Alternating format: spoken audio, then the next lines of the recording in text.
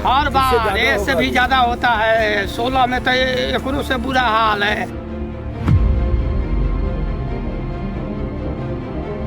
Height हो जाए, उस पे रोड हो जाएगा तो बढ़िया। बाद में नाम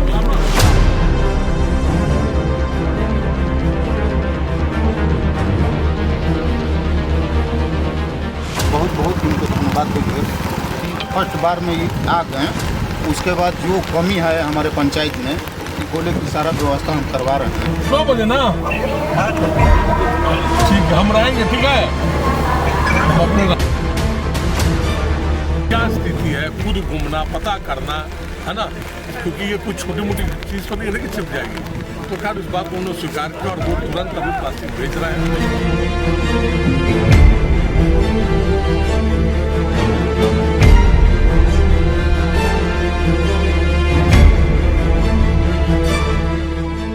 मिलता है प्रॉपर? ना नहीं मिलता है। नहीं दिलाता है। बारात का पैसा वैसा मिला था? ना पैसा नहीं मिला है। लेकिन सब अकाउंट नंबर, आधार नंबर सब सही था, लेकिन पैसा नहीं आया।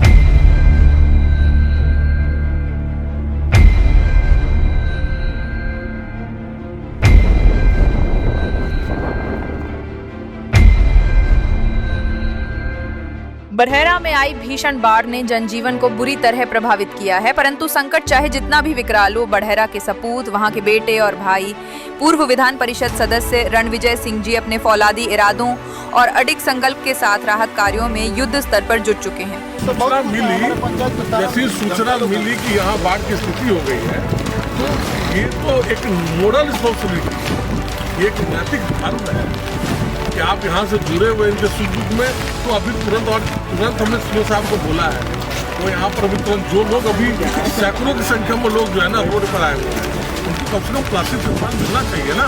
वास्तविक नेतृत्व वही होता है जो विपदा की घड़ी में सबसे आगे खड़ा हो। रणविजय सिंह जी ने अपने सभी आवश्यक कार्यक्रमों को स्थगित कर स्वयं राहत और बचाव कार्य की कमान संभाल ली है। वे प्रशासन के साथ समन्वय बनाकर न केवल स्थिति का निरीक्षण कर रहे हैं, बल्कि अपनी टीम के साथ जलमग्न गांवों में स्वयं उतरकर पीड़ितों की ढाढ़स बंधा रहे हैं, उनके लिए आशा का संचार कर रहे हैं। चाहे राहत सामग्री का वितरण हो, शिविरों की व्यवस्था हो या तात्कालिक सहायता, हर मोर्चे पर रणविजय सिंह जी पूरी तत्परता से कार्य कर रहे हैं।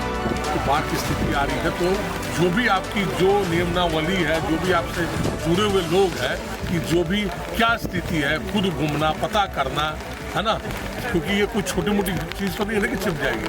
तो खैर इस बात को उन्होंने स्वीकार किया और वो तुरंत अभी प्लास्टिक भेज रहे हैं, है ना। लोगों को कम से कम त्वरित जो है जो सहायता वो कम से कम मिल सके। रही बात कि आप ये बताइए, इस तरह की बात कोई बोले कि आपकी धरती भीग जाएगी, इसलिए उतना छूटा हुआ है कि बात कहीं ना कहीं जो है ये न पचने योग्य है न कुछ है। उनका यही समर्पण और सेवा भाव आज बड़हरा को ये भरोसा दिला रहा है कि कठिन समय चाहे जितना भी बड़ा हो, नेतृत्व मजबूत हो तो जनता अकेली नहीं होती। आप जो नीडी लोग हैं उन्हीं को दीजिए, जो भी आपका नियमावली कहता है ज्यादा बात पंचायत प्रतिनिधि का सुनता है। जो पंचायत के प्रतिनिधि हैं वो आपको सही रिपोर्ट देंगे। जहां कई जनप्रतिनिधि आपदा की घड़ी में दूरी बना लेते हैं, वहीं रणविजय सिंह जी जल भराव में उतरकर कीचड़ में चलकर हर पीड़ित के पास पहुंच रहे हैं। उनके लिए जनसेवा कोई औपचारिक दायित्व नहीं, बल्कि एक जीता जागता प्रण है।